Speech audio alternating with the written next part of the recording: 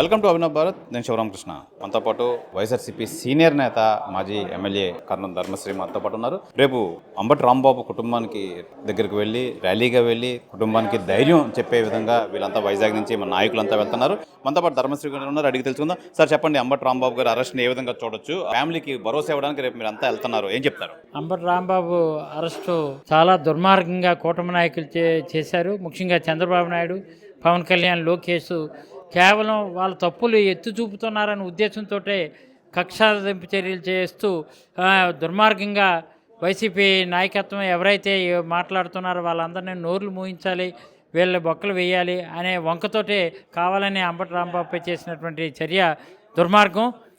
ఇది అందుకనే ఆయన్ని అనవసరంగా జైలు పాలు చేసి పైపెచ్చు కుటుంబాన్ని హత్య ప్రయత్నం చేయాలని కూడా తెలుగుదేశం గూండాలు చేసినటువంటి తీరు ఎట్టి పరిస్థితుల్లో అందరూ కూడా ముక్తకర్ణంతో ఖండించవలసినటువంటి అవసరం ఉంది.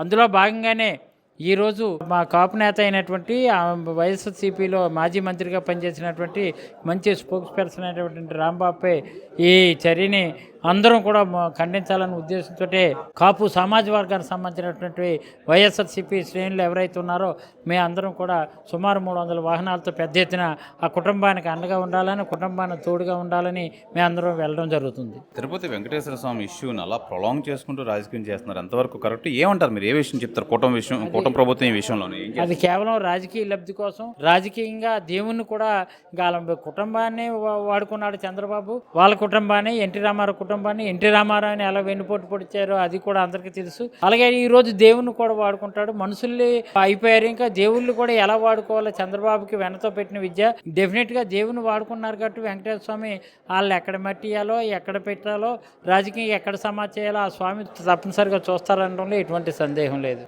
డిప్యూటీ సీఎం ఇంత రాదాంతం జరుగుతున్నా ఏం మాట్లాడే ప్రసక్తి లేదు. ఏం చెప్తారు అసలు? ఒక కాపు నాయకుడు, ఆయన కూడా ఒక కాపు నాయకుడే కదా. ఈ ఇష్యూ ఎంత జరుగుతున్నప్పుడు కూడా, అంటే కాపుల కోసం అని చెప్పి ఇష్యూ వస్తున్న నేపథ్యంలో as a deputy CM Pawan Kalyan అసలు అంత నిశ్శబ్దంగా ఉండడానికి కారణం ఏంటంటే ఇప్పుడు ఎందుకంటే కోతి గెంతుతుంటే సాయిబు వసూలు చేసుకున్నాడు. అట్లా ఏంటంటే చంద్రబాబు ఎలా చెప్తే అలాగే ఈయన గెంతుతున్నాడు. ఆ రాజకీయంగా ఆయన లబ్ధి పొందాలని, కాపులు అడ్డం పెట్టుకుని రాజకీయం లబ్ధి పొందాలని ఆయన చూస్తున్నాడు. ఈయన ఏంటంటే కేవలం ఏంటంటే కాపులు అందరూ ఆయన వెనకాల కాపులకి ఏదో ఉద్ధరించినట్టు, కాపు సమాజ వర్గానికి నేనే నాయకుడు అన్నట్టు ఓన్ చేసుకొని గొప్ప కోసం ముందుకెళ్ళి ఆ విధంగా రాజకీయ లబ్ధి పొందాలని వాళ్ళు చూస్తున్నారు. అంచేత ఇది కేవలం ఆయన ఏంటంటే రాజకీయ నాయకుడు కాదు, నటుడు, మంచి నటుడు అవ్వచ్చు, కానీ రాజకీయ నాయకుడు అయితే పవన్ కళ్యాణ్ కాదు. అంచేత ఆయన చంద్రబాబు ఆడింది ఆట, పాడిందే పాట. చంద్రబాబు ఏం చెప్తే అది చేయడమే.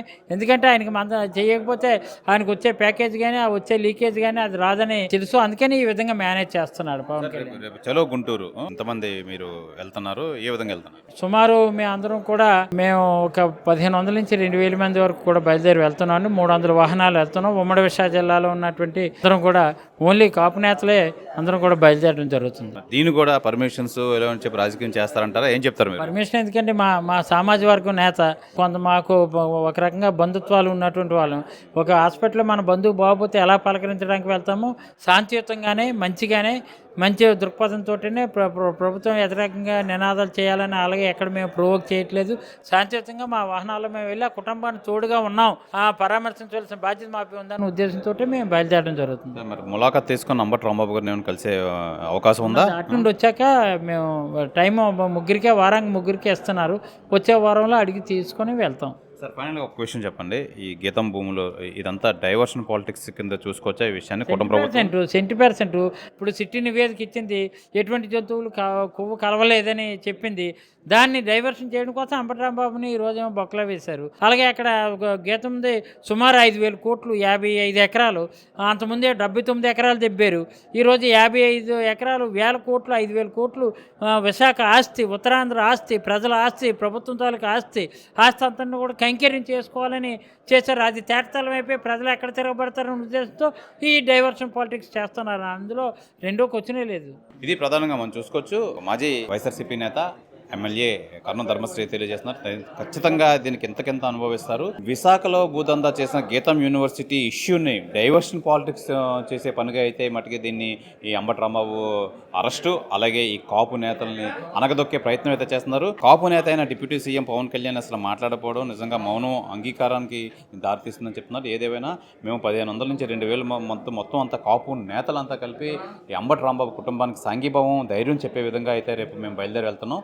ఎటువంటి ప్రభుత్వ వ్యతిరేక నినాదాలు చేయకుండా శాంతియుతంగా వెళ్తున్నాం అని చెప్పి ఈ కర్ణం ధర్మశ్రీ అయితే తెలియజేస్తున్నారు. కెమెరామెన్ రాఘవతో శివరామకృష్ణ, అభినవ్ భారత్, విశాఖపట్నం నుంచి.